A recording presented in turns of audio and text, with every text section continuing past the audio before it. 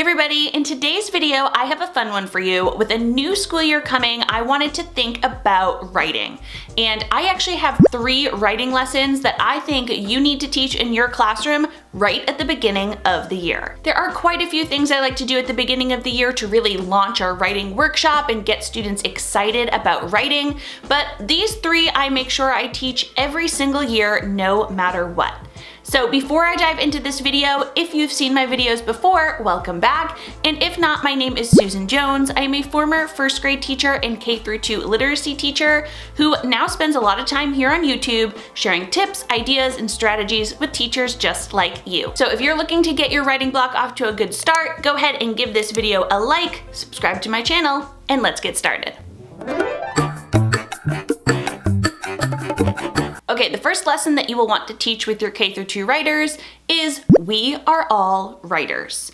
Now, this is an important lesson to teach at the beginning of the year because sometimes your youngest learners might think of writing as a really difficult task. There's so much that goes into getting students to think of an idea and actually write it down on paper that it can be a bit overwhelming. In order to help me out with this lesson, I love to use the book No David by David Shannon, and I've already explained why I use this book in another video. I'll put that here and I'll actually link it down in the description. That was a video I did last year about some of my favorite texts for launching Writers Workshop. So take a look at that, but the main gist about using this book is that David Shannon actually wrote this book when he was 5 or 6 years old. He was a kindergarten student, and he wrote a story called No David, or it was based around this exact story where he would do things and his mom would say, "No, David," and he kept getting in trouble.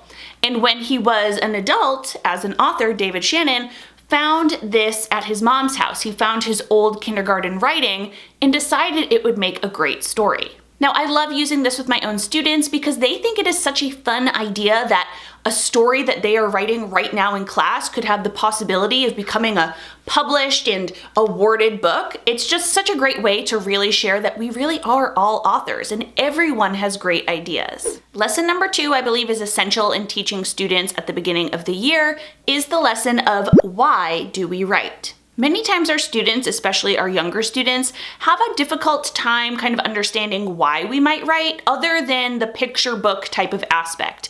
Because when they think of writing and they think of the types of writing that we do in the classroom, we very often write stories, we read stories, so that one comes to mind. But I really like to let my students know that we write and authors write and other people write for a variety of reasons. For this type of lesson, I like to gather a bunch of different materials to really showcase these reasons why people write. For example, I like to teach students that we write to give information, and examples of that would be a menu. And for this, I obviously like to show students that there's a bunch of specific information here, such as what types of food and drink are offered at the restaurant, and usually it'll also tell you some of the ingredients inside the food, how much the food is, and some menus even tell you how many calories are inside each of those items. I'll also go ahead and share newspapers for giving specific information and invitations to a party. I like using these invitations because students are pretty familiar with invitations as well. They may not be as familiar with their parents reading a newspaper as much as I would have been with my own parents reading a newspaper back in the day. So I like to showcase those types of writing to share how we give specific information. Another reason I share that authors write is to teach someone something. Now, for examples of this, I like to use nonfiction books or nonfiction passages. I also like to use a recipe for an example like this one because a recipe is showing someone exactly how to go ahead and create this food or drink.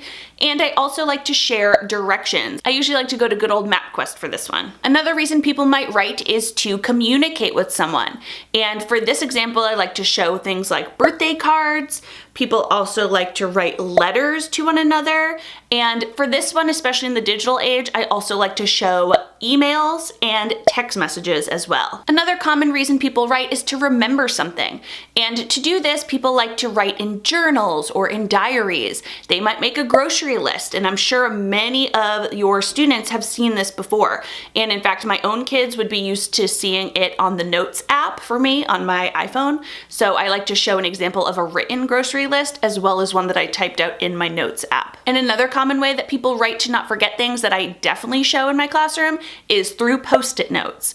I could pretty much at any point in time point to my desk and they could see little Post-it notes that I have around my desk just to remind myself of something. And then last but not least, I of course like to share that we also can write to entertain ourselves or other people. This is the type of writing that students are likely most familiar with, and we really can showcase this through things like poetry and all the different picture books we have in our classroom.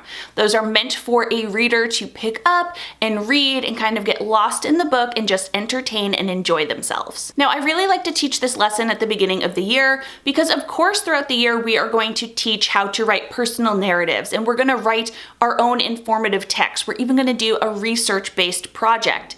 But I don't want them to think that unless they're doing those specific types of writing, that they're not writing. I want them to value that other type of writing that they probably do on a regular basis. Things like writing down a list or writing down some students in your classroom for a birthday party or sending an invitation. All of those little types of writing are just as purposeful and just as important as the other types of writing that we do. It kind of ties in with that first lesson, we are all writers. It lets students see that we are all writers and we write on a daily basis about different things for different reasons. Okay, lesson number 3 I think you should teach at the beginning of the year in your classroom for writing is a procedural one, and it is that we plan our stories. Now, there are about 10 to 15 different core lessons I really like to teach when I'm launching Writing Workshop, and this kind of sets the stage for what my students should expect in writing throughout the year. So we learn that we are all writers, we talk about, what good writers do during class, where do they sit, what do they do with their pencils, kind of those procedural type things. But once we have those covered, I want my students to understand right away that good writers can plan out their stories and teach them how to do it. To do this, I typically walk students through a 4-step process, and the first step is going to be think. That's our brain stepping portion, right? So first we're going to think of an idea. And I also explain to students that sometimes this happens really quickly, and I will even make notes and observations that sometimes when we leave our writing workshop lesson, I see students go right back to their seat and they just start writing. They must have an idea. Other times, we need a little bit of time to think and kind of come up with an idea. Now, of course, throughout the year, we go into some brainstorming techniques, but realistically, I just want students to get this first step, which is think. We'll think of an idea first. The second step of the process is tell. We will think, then we will tell someone what our idea is, or kind of the outline of our story. And I have mentioned this numerous times, but oral rehearsal is something that I find so important when our K-2 writers are learning to write, because they need to kind of flush out those ideas as they say it out loud. Also, there's so much to retain for our young students to come up with this idea, this story. They might have a bunch of different ways they want to go about writing this, and then when they actually pick up their pencil, they kind of freeze a little bit. That's pretty normal. So this way students can actually tell a friend, they can tell their group, they can just say it out loud if they want to, but they will express their idea second. Step 3 in the planning process is sketch. Now, I have shared this sheet many times, but this is my favorite say and sketch sheet to use at the beginning of the year, because as you can see here, I have my students go ahead and say it out loud, that tell part, which is step 2, and then they go ahead and sketch their ideas down. Now, I do think it's important to mention that I very strongly express what sketching is. We're not fully doing an illustration yet. We're just kind of drawing quickly our ideas so that we can remember them on paper. Again, there's so much for these students to actually retain in their head before they write down the words that I want them thinking, I want them telling, and then I want them sketching before we get to step 4, which is to actually write. Now, in previous videos, I've shared that what I'll actually have students do, if this was a personal narrative, for example, they would take those 3 little sketch sheets that they already did, and that would become page 1, page 2, and page 3. And you can see on here that it goes in sequential order. So this is what happened first, this is what happened next, and this is what happened last. So this way they can kind of already stretch out their stories, make them a little bit longer by walking through that planning process. Now, I will quickly say, because I get this question a lot in the SJT Writing Club, and that is, as your students become more comfortable with the writing process, do you always have them sketch it out first? Can't they just write? And the answer is, yeah, they can just write. I absolutely do not make my students sketch out every story. After we've done that first one, the first unit I like to teach after launching is personal narratives. So once we've done that first say and sketch sheet, if students don't need it during those second and third and fourth units, then I don't make them do it. You'll find that some of your students are just very proficient in writing and they just have so many ideas that they want to go ahead and jot them down on paper, and I would never want to stifle them or hold them back by making them sketch out something first. Just like many of the things we teach during writing workshop, these are tools, ideas, and strategies to help develop strong writers. And if students don't need that, then again, I don't make them do it. But I absolutely introduce it to everybody first, and I find that many of my, especially my kindergartners, but even about half of my first grade students really benefit from taking that step, probably all the way up until about springtime.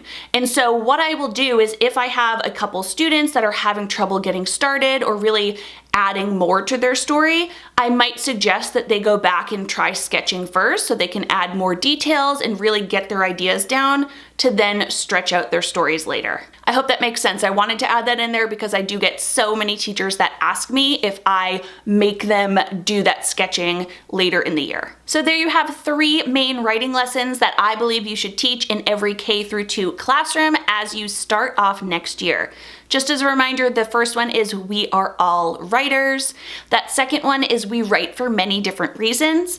And that third one is we plan out our writing. If you happen to be looking for more writing ideas, tips, strategies, things like that, lots of lessons and units, teacher modeled examples, then I do want to let you know that the SJT Writing Club is opening up very, very soon. So I am so excited to share what's inside the club, what's coming up for next year. It is jam-packed with helpful resources. So if you want to know more about that and when it will be opening, go ahead and join the waitlist. I will drop that down in the description below. And as always, I want to know, what other writing lessons do you think are super important to teach towards the beginning of the year? Drop them down in the comments. I love to read them and kind of, respond to you guys and see what you guys are thinking as well. As always, if you enjoyed this video, give it a thumbs up so I know. Make sure you're subscribed to my channel, and I'll see you in the next video. Thanks, guys. Bye.